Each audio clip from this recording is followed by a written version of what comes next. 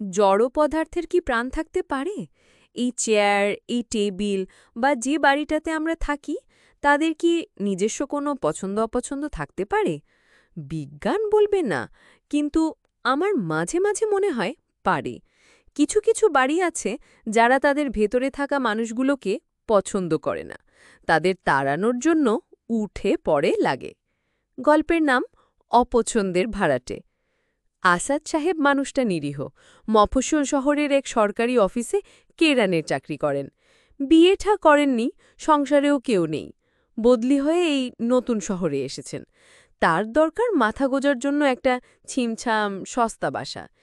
অনেক খুঁজে শহরের এক কোণায় একটা নিয়োগ গলির শেষে তিনি বাড়িটা পেলেন। একতলা ছোট একটা বাড়ি, সামনে এক চিলতে উঠোন। বাড়িটা পুরনো, তবে দেখতে বেশ মজবুত। সবচেয়ে আশ্চর্যের বিষয় হল এর ভাড়া। শহরের অন্য সব বাসার তুলনায় ভাড়া প্রায় অর্ধেক। বাড়ির মালিক করিম সাহেব, একজন বদরাগী বৃদ্ধ। তিনি শুধু বললেন, ভাড়া মাসের ৫ তারিখের মধ্যে দিবা, আর বেশি কথা আমার পছন্দ না। আসাদ সাহেব ভাবলেন, এমন সস্তায় যখন পাওয়া যাচ্ছে তখন মালিকের মেজাজ একটু খারাপ হতেই পারে। তিনি খুশি মনেই বাড়িটাতে উঠে পড়লেন। সমস্যা শুরু হল দিন ৩ পর থেকে। সমস্যাগুলো এতই ছোট আর অদ্ভুত যে কাউকে বলার মতো নয়। প্রথম দিন তিনি লক্ষ্য করলেন তার পড়ার টেবিল থেকে প্রিয় কলমটা উধাও। সারা ঘর তন্ন তন্ন করে খুঁজেও পেলেন না। অথচ পরদিন সকালে ঘুম থেকে উঠে দেখলেন কলমটা তার বালিশের পাশেই রাখা। তিনি ভাবলেন হয়তো নিজের ভুলেই এমন হয়েছে। এর ২ দিন পর ঘটল আরেক কাণ্ড।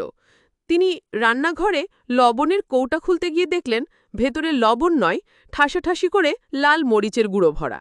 তার গা জ্বলে গেল। নিশ্চয়ই আগের ভাড়াটের কাজ। কিন্তু ঘটনাগুলো বাড়তে লাগল। তিনি গোসল করতে গিয়ে দেখলেন তার নতুন সাবানটা গায়েব। অনেক খুঁজে সেটাকে পাওয়া গেল চালের ড্রামের ভেতর। তিনি রাতে দরজা বন্ধ করে ঘুমান। সকালে উঠে দেখেন দরজা হাঁ করে খোলা। তার মনে হতে লাগল যে তিনি কি ধীরে ধীরে ভুলো মনের হয়ে যাচ্ছেন। আসাদ সাহেবের ভয়টা প্রথম জাঁকিয়ে বসল সেদিন রাতে। তিনি সবে ঘুমিয়ে পড়েছেন, হঠাৎ পাশের খালি ঘরটা থেকে একটা শব্দ শুনে তার ঘুম ভেঙে গেল। মনে হলো কেউ যেন মেঝেতে একটা মার্বেল ফেলে দিয়েছে। মার্বেলটা গড়িয়ে যাওয়ার স্পষ্ট শব্দ। টক টক, টক টক। তিনি বিছানায় কাঠ হয়ে শুয়ে রইলেন। এই বাড়িতে তিনি ছাড়া আর কেউ নেই। তাহলে মার্বেল নিয়ে কে খেলছে? পরদিন তিনি কাঁপা কাঁপা বুকে করিম সাহেবের কাছে গেলেন। সব খুলে বলতেই করিম সাহেব বিরক্ত হয়ে বললেন, ইঁদুর বিড়াল আছে, শব্দ করতেই পারে। বাসা পছন্দ না হলে ছাইড়া দাও। আসাদ সাহেব দমে গেলেন। এত কম ভাড়ায় আর বাসা পাওয়া যাবে না। তিনি মনকে বোঝালেন সবই তার মনের ভুল। কিন্তু বাড়িটা যেন তার উপর আরও ক্ষেপে গেল। একদিন দুপুরে তিনি মাছ রান্না করে খেতে বসেছেন, মুখে দিয়েই তার বমি চলে এলো। মাছ থেকে তীব্র সাবানের গন্ধ আসছে, অথচ তিনি নিজের হাতে সব রান্না করেছেন। সেদিন রাতেই চূড়ান্ত ঘটনাটা ঘটল।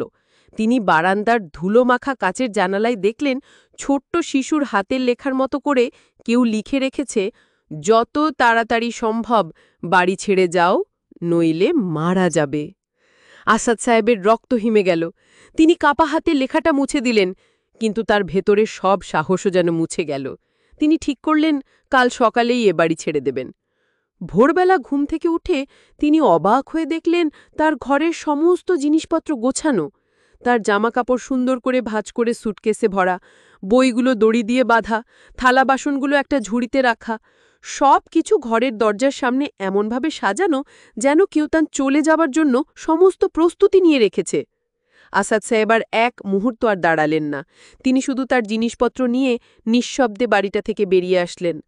গলির মুখে দাঁড়িয়ে তিনি শেষবারের মতো বাড়িটার দিকে তাকালেন। তার মনে হলো বাড়িটা যেন তার দিকে তাকিয়ে আছে।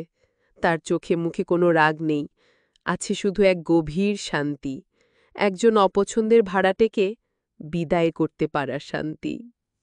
ভুতুরে বাড়ি তো হলো, পরের বার শোনাব সেই রহস্যময় ফটোগ্রাফের, যে ছবিটা তোলা হয়েছিল আজ থেকে ৫০ বছর আগে। ছবিতে হাসি মুখে দাঁড়িয়ে থাকা ৫ জন বন্ধুর মধ্যে একজন ছিল যাকে কেউ কোনোদিন চিনতে পারেনি। এই অপছন্দের ভাড়াটের গল্প আপনাদের কেমন লাগলো? আপনাদের কি কখনো এমন অদ্ভুত অভিজ্ঞতা হয়েছে? কমেন্টে আমাদের জানান।